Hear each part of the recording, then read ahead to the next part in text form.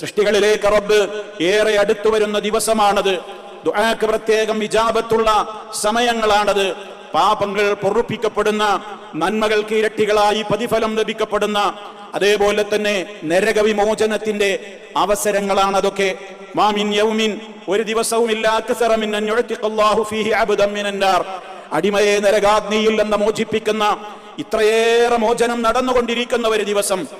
മിൻ യൗമി അറഫ, അറഫാ ദിനത്തോളം അത്രത്തോളം ഒരു ദിവസം വേറെയില്ല എന്ന് നബി സല്ലല്ലാഹു അലൈഹി വസല്ലം പറഞ്ഞിട്ട് പറഞ്ഞു, വഇന്നഹു ലയദുനു സുമ്മ യുബാഹി ബിഹിമുൽ മലായിക, അല്ലാഹു അവന്റെ അടിമകളോട് അടുത്ത് വന്ന് മലക്കുകളോട് വലിയ അഭിമാനം പറഞ്ഞിട്ട് പറയും, മാ അറാദ ഹൗലായി, എന്താണ് ഇവർക്ക് വേണ്ടത് എന്ന് പറഞ്ഞാൽ ഇവരെന്ത് ചോദിച്ചാലും ഞാൻ കൊടുക്കുന്ന സമയമാണത് എന്നാണ് മഹാനായ റസൂൽ സല്ലല്ലാഹു അലൈഹി വസല്ലമ പഠിപ്പിച്ചു തന്നിട്ടുള്ളത്.